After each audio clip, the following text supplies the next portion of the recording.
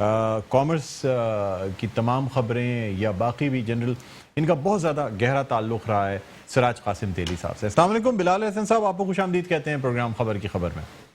وعلیکم السلام ڈاکٹر صاحب. بلال صاحب, آپ کا بڑا گہرا تعلق, بڑے سالوں کا تعلق رہا ہے سراج قاسم تیلی صاحب کے ساتھ. تقریبات, الیکشنز, سوشل گیدرنگز, کیا کہیں گے سر ان کے بارے میں؟ جی ڈاکٹر صاحب, بالکل آپ نے درست بات کی. جب میں نے اپنی صحافت کا آغاز کیا تھا 1998 میں, تو آپ یہ سمجھے کہ اس وقت سے سراج قاسم تیلی صاحب سے اور ایس ایم منیر صاحب, اسی طرح بڑے بڑے جناب تھے, ان سے ہمارا واسطہ رہا. اور 90 کی دہائی میں چونکہ بہت زیادہ کراچی چیمبر آف کامرس کے الیکشن میں جیتنے کے حوالے سے جو ہے وہ کافی سے زیادہ رساکشی ہوتی تھی, اور اس زمانے میں فیڈریشن آف پاکستان کا اتنا زیادہ جو ہے وہ الیکشن کی بات نہیں ہوتی تھی جتنا کراچی چیمبر آف کامرس میں سیاست ہوتی تھی. تو اس میں اسی وقت دو گروپ بنے تھے, جس میں کہ ایک ایس ایم منیر صاحب نے جس کی سربراہی لی, اور ایک سراج قاسم تیلی صاحب کی سربراہی میں آئی, اور یوں بی ایم جی گروپ انہوں نے بنائی. بی ایم جی گروپ جو کہ بزنس مین گروپ کے نام سے تھا, اس کی سربراہی بھی رہے. تو بات یہ تھی کہ ڈاکٹر صاحب کے کافی زیادہ تعلقات رہے, اور معیشت میں ترقی کے لیے جو ان کے اپنے نکات تھے. اس کے علاوہ موجودہ وزیر اعظم عمران خان صاحب جب الیکشن سے قبل 2018 میں کراچی تشریف لائے تھے, تو خاص طور پہ کراچی چیمبر آف کامرس سے کی تقریب میں آئے تھے, اور انہوں نے سراج قاسم تیلی سے معیشت کے حوالے سے سیدھا جو نکات تھے ان کے متعلق ان سے مطلب کہ تبادلہ خیال کیا تھا, جس پہ سراج قاسم تیلی نے ایک مشاورت کے ساتھ ایک لائن آف وے جو تھا اکنامک کی بحالی کا, وہ انہوں نے اس کو دیا تھا. اور موجودہ وزیر اعظم عمران خان صاحب جو ہے ان سے ان کا بہت ہی گہرا تعلق بھی تھا, اور وہ ان کو ایک ایکٹیو شخص جو ہے وہ تصور کرتے ہیں آج بھی. لہٰذا ہم تو ایک صحافت کرتے تھے, اور ہم نے دیکھا کہ بے باک انسان تھے, چاہے وہ کراچی کی ترقی کا مسئلہ ہو, صوبے سندھ کی ترقی کا مسئلہ ہو, اور پاکستان کی اکنامی کی بحالی کا مسئلہ ہو. ہمیشہ بے باک انداز میں انہوں نے جو ہے اپنے بیانات دیے, کچھ بھی لگی لپٹی کے بنا, جس کی وجہ سے بہت سا موقعات میں حکومت سندھ بھی, وفاقی حکومت بھی جو لوگ ہیں وزراء ہیں, وہ ناراض بھی ہوئے ان سے کہ انہوں نے جو ہے لگی لپٹی بنا جو ہے وہ بالکل انہوں نے اپنے بیانات دیے. آپ کو بھی یاد ہوگا کہ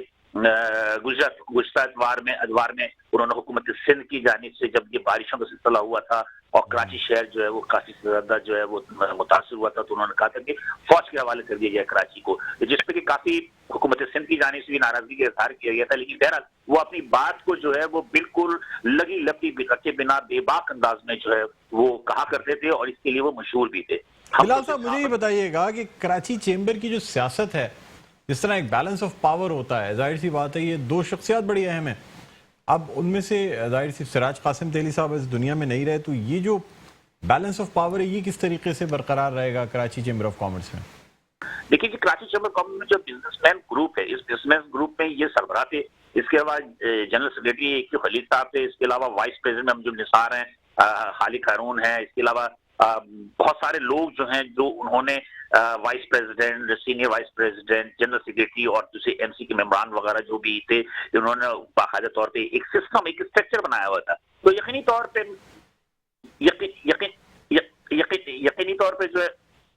جو ہے وہ سراج قاسم تیلی صاحب کے اس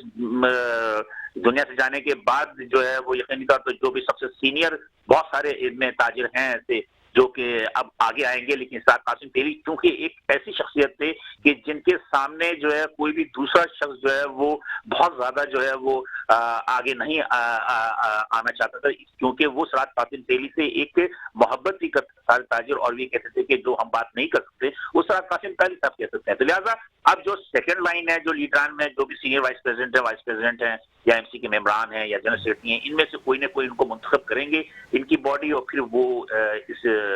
پاور اور بیلنس کو جو ہے وہ بیلنس کریں گے. جی ٹھیک ہے, بہت شکریہ بلال احسن صاحب, آپ نے ہمیں جوائن کیا. ناظرین, ہمارے چیف رپورٹر بلال احسن صاحب ہمارے ساتھ موجود تھے, اور ان کا کہنا یہ تھا کہ خاص طور پہ بڑے بے باک انداز میں باتیں کیا کرتے تھے, یعنی بہت سی ایسی باتیں جو شاید حکومت کو بڑی ناگوار بھی گزریں وہ بھی کر جایا کرتے تھے. میرے خیال میں ایک بہت بڑا خلا بھی پیدا ہوا ہے, جو کہ بزنس کمیونٹی کی جو آواز, اور بزنس کمیونٹی کی آواز نہ صرف لوگوں تک بلکہ حکومت تک پہنچانے کا کام جو ہے نا وہ سر انجام دیا کرتے تھے. پھر ان کے ہوتے ہوئے جس طرح بلال حسن نے کہا کہ بہت سے ایسے تاجر جو اگر کوئی بات کہنا بھی چاہتے تھے تو سراج قاسم تیلی صاحب کی وجہ سے نہیں بول سکتے تھے. مطلب ایک ایسی شخصیت, ایک ایسی باروک شخصیت تھی جس کی وجہ سے کیونکہ تاجروں کی جو مسائل ہوتے تھے ان کو ایڈریس کیا کرتے تھے، تو اس وجہ سے جتنی جو آپ کی تاجر تنظیمیں تھیں وہ تمام جو ہے نا اس میں سے بیشتر سراج قاسم تیلی صاحب کے ساتھ ہی وہ کرتی تھیں، یعنی ان پر اعتماد کا اظہار کرتی تھیں۔ ناظرین، اب ہم بات کرنا چاہیں گے سابق صدر کراچی چیمبر آف کامرس زبیر موتی والا صاحب سے، جو ہمارے ساتھ اس وقت لائن پر موجود ہیں۔ السلام علیکم زبیر موتی والا صاحب، آپ کو خوش آمدید کہتے ہیں۔ وعلیکم السلام سر، بڑی افسوسناک خبر، اور ظاہر سی بات ہے ایک اتنے بڑے گروپ کو کراچی چیمبر میں چلانا، اس کے سربراہ، اور ساتھ ساتھ تاجروں کے اس وقت مسائل بھی بہت ہیں، اور ایسے وقت میں ان کا دنیا سے چلے جانا، کیا کہیں گے سر؟ دیکھیں جی، میں تو سمجھتا ہوں کہ یہ قومی نقصان ہے، بہت بڑا نقصان ہے، قوم کا نقصان ہے، کراچی کا بالخصوص اور بالعموم پاکستان کا نقصان ہے۔ پاکستان کی اکانومی میں ان کا بڑا حصہ تھا۔ کراچی کی کسی بھی معاملے میں سراج قاسم تیلی کی آواز آپ کو ہر جگہ سنائی دی، چاہے وہ لا اینڈ آرڈر کے معاملات ہوں، چاہے کوئی اور معاملہ ہو، چاہے سوریج سسٹمز ہوں، چاہے صفائی کا معاملہ ہو، چاہے آپ کی پوسٹنگ آف رینجرز کے معاملے ہوں، کوئی آپ معاملہ لے لیں، کراچی کی اکانومی کا معاملہ ہو، کراچی کی پانی کا معاملہ ہو، مطلب ہر جگہ جو آپ کو کراچی میں سراج کی آواز سنائی دیتی تھی۔ وہ آواز جو ہے نا وہ چلی گئی۔ ہم تو انتہائی غمزدہ ہیں، ہماری ہمیں سمجھ میں نہیں آتا کہ ہم اس خلا کو کیسے پر ہوگا۔ اور میں سمجھتا ہوں کہ جتنا بڑا وہ شخص تھا اور جتنا بڑا اس کا قد تھا، اس خلا کو پورا کرنے کے لیے تو ہمیں بہت سال لگ جائیں گے، اور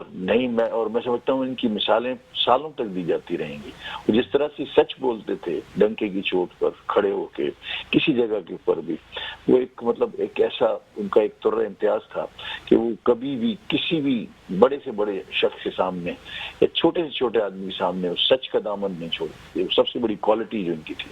وہ یہی تھی۔ اور ہمارے لیڈر سے اور جب ہم کو جو بات کرتے تھے تو یہی ان کی بات ہوتی تھی کہ اگر یہ بات ٹھیک ہے، حق ہے، تو اس کو کرنی ہے، چاہے کسی کو اچھا لگے چاہے کسی کو برا لگے۔ ان زمانے میں جب آپ کو پتا ہے جب کراچی کے اتنے مخدوش حالات ہوتے تھے کہ جو ہے نا کوئی آدمی بات نہیں کر سکتا تھا، اور کسی جماعت کے بارے میں یا کسی بارے میں، ہر بارے میں بات کرتے تھے، اور آپ نے سنا بھی ہوگا اور سب لوگوں نے دیکھا بھی ہوگا۔ آج وہ جو اتنی زبردست قسم کی جو ایک فورس تھی ہماری،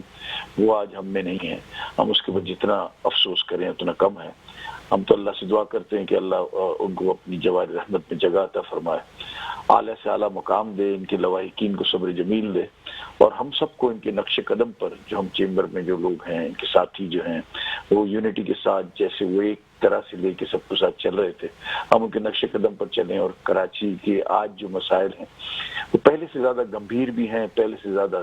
بہت زیادہ بھی ہیں، اور اس وقت جتنی ضرورت ہے وہ آواز اٹھانے کی اور ان حالات کو ٹھیک کرنے کی، یہ کووڈ کے معاملے کے بعد اور کووڈ کے بعد جو حالات آ رہے ہیں اس میں تمام میں جو ہے نا بڑی ہمیں ان کی کمی محسوس ہوگی آنے والے دنوں میں۔ سر، کیا سمجھتے ہیں تاجر برادری کے جو مسائل ہیں، اور خاص طور پہ اس وقت کرونا کی جو لہر ہے وہ بھی سر بڑی شدت پکڑتی جا رہی ہے، اور اب ظاہر سی بات ہے اگر تاجر حضرات جو ہیں وہ ایس او پیز پر عمل نہیں کرتے تو حکومت کے پاس کوئی اور چارہ رہ نہیں جائے گا سوائے اس کے کہ چیزوں کو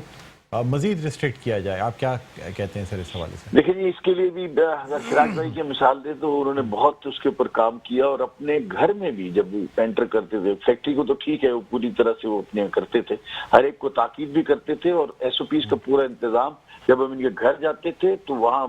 گیٹ پر وہ سارے انتظامات موجود ہوتے تھے، اور ماسک نہیں ہوتا تھا تو وہ ماسک ملتا تھا، اور پھر اس کے بعد وہ جو ہے نا ہم اندر ان کے یہاں جاتے تھے۔ تو یہ تو ضروری ہے۔ دیکھیں، شہریوں کو میری بھی اپیل ہے، آپ کی توسط سے اپیل ہے کہ یہ جو سیکنڈ ویو ہے یہ انتہائی خطرناک ہے۔ آپ دیکھیں دنیا میں جس طرح سے لوگ مر رہے ہیں، امریکہ میں پرسوں ایک دن کے اندر 3200 سے زیادہ لوگ جو ہے نا ان کا انتقال ہوا ہے کووڈ کے اندر۔ یورپ کے اندر آپ حالات دیکھیں، ہمارے یہاں جس تیزی سے یہ بڑھ رہا ہے، یعنی آج بھی 7%، پچھلی لہر کے اندر یہ میکسیمم گیا تھا 7.1 پہ، اب یہ 20% پہ آ گیا۔ تو یعنی اگر پازیٹیو کیس 20% آ رہے ہیں تو یہ انتہائی خطرناک بات ہے، اور ہمارے اطراف ہم دیکھ رہے ہیں کہ سارے لوگ ہیں۔ میں اپیل کرتا ہوں جو